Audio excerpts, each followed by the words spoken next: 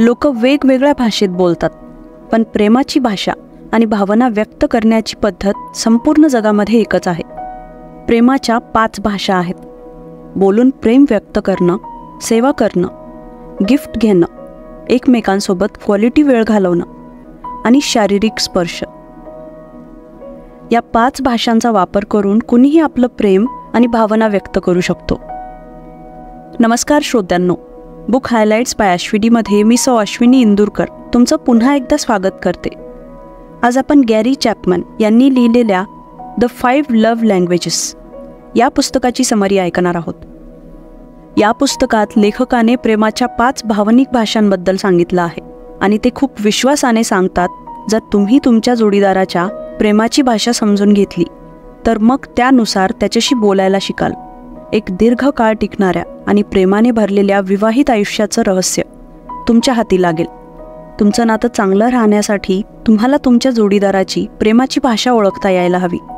यामुळे तुम्ही आपापसात होणाऱ्या वादापासून आणि भांडणांपासून वाचू शकता आणि एक मजबूत नातं बनवू शकता. तुम्ही ज्यांच्यावर प्रेम करता त्यांना जर तुम्हाला नीट समजून घ्यायचं असेल आणि त्यांच्यासोबत संपूर्ण आयुष्य घालवायची तुमची इच्छा असेल तर तुम्ही ही समरी शेवटपर्यंत नक्की ऐका. लेखक म्हणतात, अशी हजारो लोक आहेत जी लग्नानंतर काही महिन्यातच किंवा काही वर्षातच घटस्फोट घेतात. हे नातं तुटण्यामागं हे कारण नसतं की ते नातं वाचवण्यासाठी कुणीही इमानदारीने प्रयत्न केले नसतील. या उलट ती नाती यामुळे तुटतात कारण त्यांच्यामध्ये असलेल्या प्रेमाला चुकीच्या पद्धतीनं एकमेकांना व्यक्त केलं गेलं. नातं तुटल्यावर मग ते आपल्या मित्रांना, थेरपिस्टला किंवा काउन्सिलरला कारण विचारत राहतात की त्यांच्यासोबत असं नक्की का झालं. म्हणून जर तुम्हाला तुमचं नातं टिकवून ठेवायचं असेल तर तुम्हाला आपल्या जोडीदाराकडे लक्ष देण्याची गरज आहे आणि तुम्हाला त्यांच्या प्रेमाची भाषा शिकावी लागेल. प्रत्येक माणसाची एक वेगळी प्रेमाची भाषा असू शकते, म्हणून तुम्हाला तुमची आणि तुमच्या जोडीदाराची प्रेमाची भाषा ओळखावी लागेल, ज्यामुळे दीर्घकाळ टिकणाऱ्या वैवाहिक आयुष्याचा आनंद तुम्ही घेऊ शकाल. प्रत्येकाचा एक भावनिक लव्ह टँक असतो. जेव्हा एखादा माणूस त्याच्या प्राथमिक प्रेमाच्या भाषेमध्ये प्रेम मिळवतो तेव्हा त्याचा हा लव्ह टँक भरायला लागतो आणि अशा प्रकारे त्याला प्रेमाची जाणीव होते. आणि जेव्हा आपल्याला तेच प्रेम आपल्या प्राथमिक भाषेमध्ये मिळत नाही तेव्हा हा टँक रिकामाच राहतो आणि आपल्याला वाटतं की आपल्या आयुष्यात प्रेमाची खूप कमी आहे. जेव्हा हे टँक रिकामे व्हायला लागतात तेव्हाच नात्यामध्ये अडचणी येतात. माणूस जेव्हा प्रेमात पडतो तेव्हा त्याला वाटतं की हे नातं आता नेहमीसाठी असंच राहणार आहे. पण काही वेळाने प्रत्येक नात्यामध्ये काही अडचणी निर्माण होतात. म्हणून जर तुम्हाला तुमचं नातं दीर्घकाळासाठी ठेवायचं असेल तर तुम्हाला तुमच्या जोडीदाराची प्राथमिक प्रेमाची भाषा शिकावी लागेल. जर त्यांचा लव्ह टँक भरलेला असेल तर ते तुम्हाला सुद्धा खूप प्रेम देऊ शकतील. लेखकाने केलेल्या अभ्यासानुसार ते म्हणतात, 2 वर्षांच्या सुरुवातीच्या प्रेमानंतर लोक आपल्या जोडीदाराच्या स्वभावाची दुसरी बाजू बघायला सुरुवात करतात, जी त्यांनी आधी कधीच अनुभवलेली नसते. त्यांना हा विचार करून खूप त्रास होतो आणि दुःख होतं की ते प्रेमात किती आंधळे होते. जेव्हा प्रेमाची नशा उतरते तेव्हा त्यांना कटू सत्य दिसायला लागतं, ज्यामुळे ते आणखी जास्त दुःखी होतात. मग त्यांच्या नात्यामध्ये छोटंसं कारणसुद्धा भांडणाचं कारण बनू लागतं. खूप साऱ्या छोट्या छोट्या कारणांवरून त्यांच्यात भांडणं होतात आणि अशाच परिस्थितीमध्ये मग लोकांसमोर आनंदी असल्याचा दिखावा करावा लागतो. लेखक या गोष्टीसाठी एक उपाय सांगतात. प्रेमात पडण्याची प्रक्रिया जवळपास सगळ्यांसोबत होते, पण जर प्रत्येक जोडप्याने हे समजून घेतलं की ते त्यांच्या कोणत्या तरी निवडीमुळे एकमेकांशी जोडलेले आहेत तर मग ते परत एकमेकांवर प्रेम करायला शिकू शकतात. लेखक म्हणतात, प्रेमात पडण्याची प्रक्रिया म्हणजे एक तात्पुरता भावनिक अनुभव असतो आणि खरं प्रेम तोपर्यंत सुरू होत नाही जोपर्यंत भावनिकरित्या प्रेमात पडण्याची प्रक्रिया सुरू होत नाही. ही एक वस्तुस्थिती आहे की प्रत्येक नातं वेगळं असतं. म्हणून आपल्याला या भागातून प्रामुख्याने हे समजून घ्यायचं आहे की प्रेमात पडणं तर सोपं असतं, पण प्रेमात राहणं कठीण असतं. लेखकांच्या मते हे खूप वेगळं काम आहे. या रस्त्यावर कितीतरी वेळेस कठीण परिस्थिती दिसतील, कितीतरी आव्हानं तुमच्यासमोर येतील, पण तुम्ही हार मानू नका. प्रत्येक परिस्थितीत आपल्या प्रेमासाठी लढा. आणि चांगला भाग हा आहे की जेव्हा तुम्ही दोघं सोबत मिळून या अडचणींना सामोरे जाल तेव्हा तुमचं नातं अजून जास्त मजबूत झालेलं असेल. आता आपण एकेकाने प्रेमाच्या 5 भाषांबद्दल समजून घेऊ. तर पहिली प्रेमाची भाषा आहे बोलून प्रेम व्यक्त करणं. लेखकाच्या मते जेव्हा तुमचा जोडीदार मन मोकळेपणाने तुमचं कौतुक करतो तेव्हा तुम्हाला खूप जास्त आनंद होतो. यामुळे तुम्हाला कुरवाळल्यासारखं वाटतं. याचाच अर्थ असा, तुम्हाला सुद्धा तुमच्या जोडीदाराची प्रशंसा करावी लागेल. त्यांना सुद्धा प्रेमाच्या बदल्यात प्रेम द्यावं लागेल. ही तुमच्या जोडीदाराची प्रेमाची भाषा आहे हे तुम्ही समजून घ्यायला हवं. आणि हे एकदा समजलं तर याच हिशोबाने आपल्या नात्यामध्ये पुढे जात राहा. लेखकाने इथे एक उदाहरण दिलं आहे. एकदा एक बाई 9 महिन्यांपासून तिच्या नवऱ्याला बेडरूमला कलर करण्यासाठी पटवण्याचा प्रयत्न करत होती, पण ती शेवटपर्यंत त्याला पटवू शकली नाही. म्हणून ही अडचण घेऊन ती लेखकाकडे गेली. त्यावर लेखकाने तिला असा सल्ला दिला की नवऱ्याला प्रत्येक छोट्या छोट्या गोष्टीसाठी कॉम्प्लिमेंट द्या आणि मग जादू पहा. तिने अगदी असंच केलं आणि खरंच यामुळे चमत्कार झाला. तिचा नवरा स्वखुशीने त्यांच्या बेडरूमला कलर करण्यासाठी तयार झाला. प्रत्येक वेळी कृती शब्दांपेक्षा मोठी असेल असं गरजेचं नाही. बोलून प्रेम व्यक्त केल्यामुळे कोणत्याही व्यक्तीचा आत्मविश्वास वाढू शकतो. जर तुमची प्रेमाची प्राथमिक भाषा ही असेल तर तुमच्यावर सुद्धा याचा प्रभाव पडत असेल. जेव्हा कोणी तुमची मनापासून प्रशंसा करेल, तुम्हाला प्रेमाचे शब्द बोलेल, तेव्हा तुम्हाला छान वाटेल. आणि तेच दुसरीकडे जर एखाद्याने अपमान केला तर तुम्हाला वाईट वाटत असेल, तुमच्या मनात ती गोष्ट खूप वेळापर्यंत राहत असेल, तर लेखक इथे एक सल्ला देऊ इच्छितात की कधीच आपल्या जोडीदाराच्या भावना दुखवू नका. लेखक सांगतात, ही गोष्ट तुम्ही नेहमी लक्षात ठेवा, नाहीतर तुमची एक छोटीशी चूक तुमच्या जोडीदाराचं मन दुखवू शकते. प्रेमाची दुसरी भाषा आहे सेवा करणं. सेवा करणं हा प्रेमाच्या भाषेतला महत्त्वाचा भाग आहे. लेखक सांगतात, वैवाहिक आयुष्याची ही खूपच नाजूक भाषा असते. या भाषेला काळजीपूर्वक आणि सहानुभूती ठेवून वापरलं तर कोणतेही वैवाहिक जोडपे आयुष्यभर एकमेकांसोबत आनंदाने राहू शकतात. जर तुम्ही प्रेमाला निवडलं असेल तर ते अशा प्रकारे व्यक्त करा ज्याने तुमचा जोडीदार ते प्रेम अनुभवू शकेल.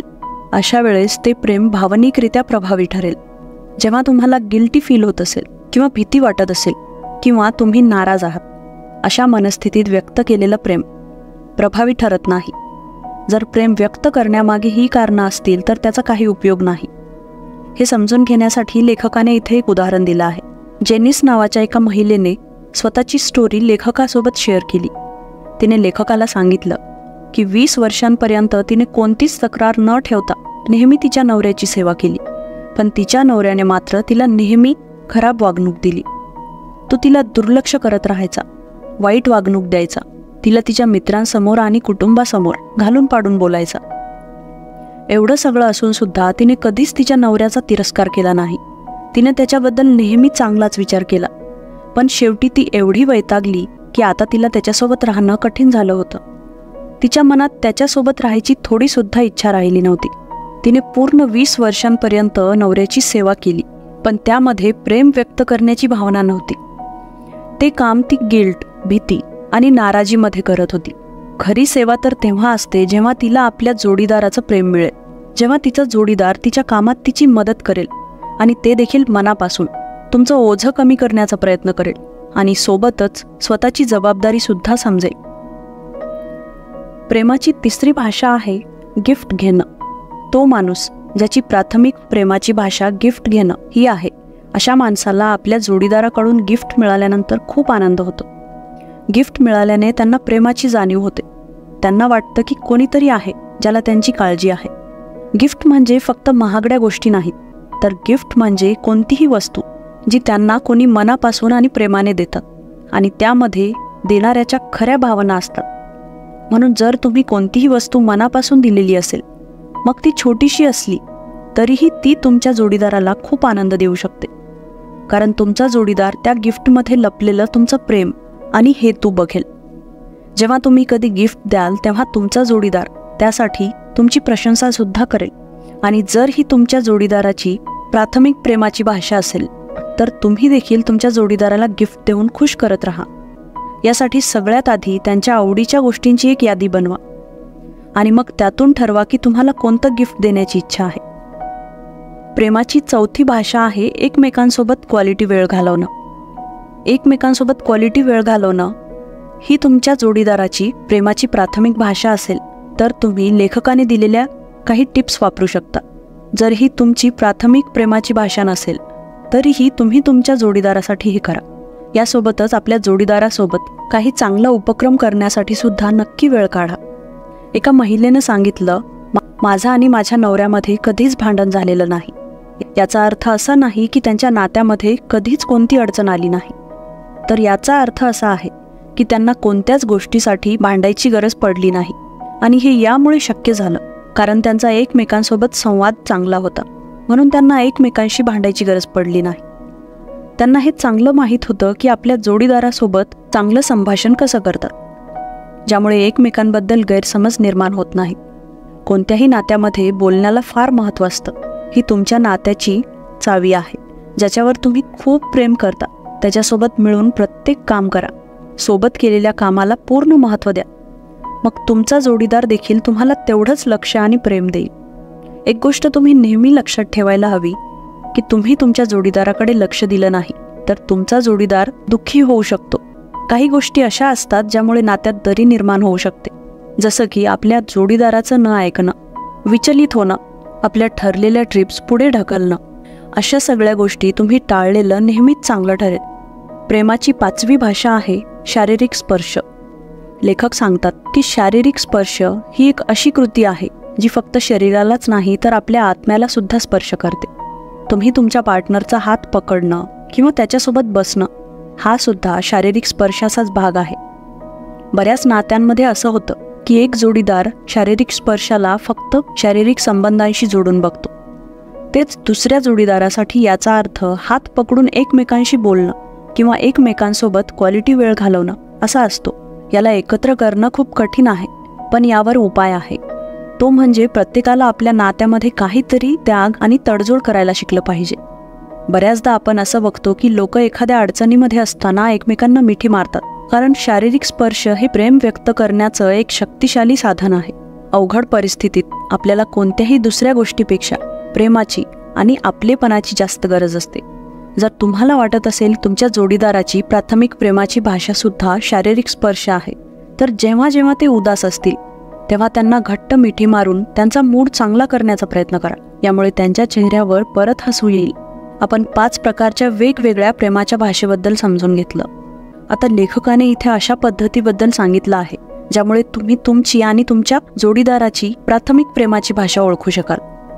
याचे 2 फायदे लेखकाने सांगितले. पहिला फायदा म्हणजे तुम्हाला तुमची स्वतःची प्राथमिक भाषा समजेल आणि दुसरा म्हणजे तुमचा जोडीदार काय पसंत करतो हे सुद्धा तुम्हाला समजेल. आपलं वैवाहिक आयुष्य आनंदी आणि खूप काळापर्यंत चांगलं सुरू ठेवण्याची एक पद्धत आहे. ती म्हणजे तुम्ही एकमेकांच्या प्रेमाच्या भाषेला समजून घ्या आणि दररोज एकमेकांना प्रेम करण्याचं वचन द्या. यामुळे तुमचा लव्ह टँक नेहमी भरलेला राहील. मुळात प्रेम हे चूक आणि बरोबर अशा दोन्ही निर्णयांचं मिळून बनलेली एक निवड आहे. प्रेमात जेव्हा एक जोडीदार चूक करतो तेव्हा त्यानं माफी मागायला हवी. चूक आणि बरोबर अशा दोन्ही प्रकारच्या निर्णयाने मिळून बनलेलं नातं म्हणजे विवाहित नातं आहे. म्हणून दोन्ही जोडीदाराने आपापल्या चुकांसाठी एकमेकांची माफी मागायला शिकलं पाहिजे आणि यासोबतच एकमेकांना माफ करायला सुद्धा शिकलं पाहिजे. प्रत्येकाला आपल्या आयुष्याच्या जोडीदाराची किंमत असायला हवी. आपल्या जोडीदारामध्ये बरेच दोष असू शकतात, पण त्यांच्यासोबत योग्य पद्धतीनं वागणं म्हणजे खरं प्रेम. तुमच्यामध्ये कितीही भांडणं झाली तरीही फोकस्ड राहा आणि एकमेकांवर प्रेम करणं सोडू नका. म्हणून या पुस्तकाचे लेखक परत परत आपल्याला हाच सल्ला देतात. जर तुम्हाला तुमचं प्रेमाचं आयुष्य टिकवून ठेवायचं असेल तर एकमेकांची प्रेमाची भाषा शिका. यासोबत एकमेकांची माफी मागणं आणि एकमेकांना माफ करणं या सगळ्या गोष्टी तुम्हाला कोणत्याही अवघड परिस्थितीत एकमेकांशी जोडून ठेवतील. प्रेमाला वेगळं बघता येणार नाही. उलट आपल्या बाकीच्या गरजा म्हणजे महत्त्व, सुरक्षितता आणि स्वतःची प्रशंसा अशा गोष्टीसुद्धा प्रेमामुळे मिळतात. या गोष्टी नकळत प्रेमाशी जोडलेल्या आहेत असं सायकोलॉजिस्ट सुद्धा म्हणतात. आणि हे सिद्ध झालं आहे की तुमच्या जोडीदाराच्या प्रेमाने तुम्हाला सुरक्षिततेची भावना मिळते. प्रेमामुळं अशा सगळ्या गोष्टी मिळणं ही जगातली सगळ्यात चांगली भावना असते. जेव्हा तुम्ही एखाद्यावर तेवढंच प्रेम करता जेवढं तुम्ही त्यांना पहिल्यांदा भेटल्यावर करायचे, तेव्हा ती भावना तुम्हाला वेगळा आनंद देते. तुम्ही याला आशीर्वाद समजू शकता. जेव्हा तुम्हाला प्रेम मिळतं तेव्हा तुम्ही किती मौल्यवान आहात याची जाणीव तुम्हाला होते. तुमचा आत्मविश्वास वाढतो आणि यामुळे तुमच्या आयुष्याचा दर्जा वाढण्यासाठी देखील मदत होते. जेव्हा वैवाहिक आयुष्य प्रेमाने भरलेलं असतं तेव्हा कोणतीही गोष्ट आपल्या जोडीदाराशी शेअर करताना तुम्हाला कोणताच संकोच वाटत नाही. प्रेम हे फक्त सोल्युशनच नाही, तर ते एक प्लॅटफॉर्मसुद्धा आहे, जिथे प्रेम न करणारा जोडीदारसुद्धा परस्पर समजूतदारीमुळे प्रेमळ बनतो. एका वाचकाने लेखकाला प्रश्न विचारला, एखाद्या अप्रिय व्यक्तीवर कोणी प्रेम करू शकतं का? हा प्रश्न ऐकून लेखकाला आणि त्याच्या पत्नीला त्यांच्या वैवाहिक आयुष्यामध्ये आलेल्या काही कठीण अनुभवांची आठवण झाली. ते सुद्धा अशा परिस्थितीमधून गेले होते जेव्हा दोघंही एकमेकांशी खूप वाद घालायचे. त्यांना एकमेकांवर एवढा राग यायचा की कोणतीही छोटी गोष्ट त्यांच्या भांडणाचं कारण बनायची. त्यामुळे त्यांना एकमेकांच्या चेहऱ्याचा सुद्धा तिरस्कार वाटू लागला होता. त्यांच्यामधले वाद एवढे मोठे झाले होते की वैवाहिक आयुष्यामधल्या प्रेमावरून त्यांचा विश्वास उडाला होता. तेव्हा त्यांनी एकत्र बसून एकमेकांच्या भावना न दुखावता सगळ्या अडचणींना डिस्कस करण्याचा निर्णय घेतला. त्यावेळी राग आणि तिरस्कारापेक्षा त्यांनी हळुवारपणे एकमेकांच्या गोष्टी आणि म्हणणं ऐकून घेतलं आणि समजून घेतलं. त्यांनी कोणत्याच अतिरिक्त मागणीशिवाय प्रामाणिकपणे एकमेकांना सल्ले दिले, ज्यामुळे त्यांचं प्रेमानं भरलेलं नातं टिकून राहिलं. आणि या सगळ्याचा असा परिणाम झाला की त्यांना त्यांच्या प्रेमाच्या भाषा शोधता आल्या. कोणत्याही अप्रिय व्यक्तीवर प्रेम करणं कोणत्याही व्यक्तीसाठी अवघड असू शकतं. तिरस्काराची प्राथमिक प्रतिक्रिया सुद्धा तिरस्कार आणि रागच असते. जेव्हा नात्यात प्रेमाचा अभाव असतो तेव्हा लव्ह टँक सुकून जातो, आत्मविश्वास तुटायला लागतो आणि मग याचा परिणाम म्हणजे एकमेकांमध्ये दुरावा वाढतो. पण लेखक सांगतात, अशा परिस्थितीमध्ये सुद्धा तुम्ही तुमच्या जोडीदाराची प्रेमाची भाषा विसरणार नाही, याकडे तुम्ही लक्ष दिलं पाहिजे. या प्रेमाच्या भाषेला त्यांच्या मनात परत पोहोचण्यासाठी वापरा. तुम्ही त्यांना समजता असा त्यांना विश्वास द्या आणि असं करून मग तुम्ही तुमचा आनंद परत मिळवू शकता. संवाद हा कोणत्याही नात्याचा खूप प्रभावी आणि गरजेचा भाग असतो आणि आपण पाहिलेल्या 5 प्रेमाच्या भाषा कोणत्याही प्रकारच्या परिस्थिती बदलू सुद्धा शकतात. पण हे तेव्हाच होईल जेव्हा जोडीदार एकमेकांशी एकमेकांच्या प्रेमाच्या भाषेमध्ये बोलतील. तो बऱ्याच भावनिक अनुभव, भूतकाळ आणि भूतकाळात घडलेल्या गोष्टींच्या ओझ्यासोबत त्यांच्या वैवाहिक नात्यामध्ये येतात. प्रत्येकाचं वेगळं व्यक्तिमत्व असतं, एक वेगळं कॅरेक्टर असतं. प्रत्येकाचा लग्नाबद्दल एक वेगळा विचार आणि दृष्टिकोन असतो. तुमच्यामध्ये बराच फरक असू शकतो, पण तरीही कधीच आपल्या जोडीदाराच्या भावना दुखवू नका. जेव्हा एखादं जोडपं एकमेकांसोबत समजूतदारीने वागतो तेव्हा एकमेकांसोबत राहण्यासाठी, त्यांचं वैवाहिक नातं वाचवण्यासाठी ते तडजोड सुद्धा करतात. या पुस्तकाद्वारे लेखकाला प्रत्येक जोडप्याच्या वैवाहिक आयुष्यासाठी एक सकारात्मक प्रभाव द्यायचा आहे. घटस्फोटाचा दर कमी व्हावा हे लेखकाचं स्वप्न आहे. प्रेम ही एक अशी गोष्ट आहे जी अनुभवता येते, फील करता येते. म्हणून आपल्या जोडीदाराला स्पेस द्या, वेळ द्या, त्यांना महत्त्व द्या, त्यांना स्पेशल अनुभव येऊ द्या. यासाठी लेखक हाच सल्ला देतात की आपल्या जोडीदाराची प्रेमाची भाषा शोधा, जेणेकरून ती शिकून तुम्ही त्यांच्याच प्रेमाच्या भाषेमध्ये त्यांच्याशी बोलू शकाल. यामुळे ते खूप खुश होतील. याशिवाय तुम्ही तुमच्या जोडीदाराला तुमचं प्रेम कसं व्यक्त करता यावर सुद्धा लक्ष द्यायला हवं. तुमच्या जोडीदाराच्या तुमच्याबद्दल काय तक्रारी आहेत त्यावर सुद्धा लक्ष द्या. तुम्ही कसं वागावं असं त्यांना वाटतं याबद्दल नीट समजून घ्या. आपल्या जोडीदाराने आपल्याला महत्त्व द्यावं आणि दोघांच्या नात्यासाठी प्रयत्न करावेत अशी इच्छा प्रत्येकाला असते. आपल्या प्रेमाला व्यक्त करायला शिका आणि या समरीमध्ये सांगितलेल्या प्रेमाच्या भाषेच्या साध्या सोप्या टिप्सचा वापर करून एका दीर्घकाळ टिकणाऱ्या आणि प्रेमळ नात्याचा आनंद घ्या. ही समरी इथेच संपते. समरी आवडल्यास नक्की लाईक, शेअर आणि कमेंट करा. चॅनलवर नवीन असाल तर सबस्क्राईब करा आणि सोबतच बेल नोटिफिकेशन ऑन करायला विसरू नका.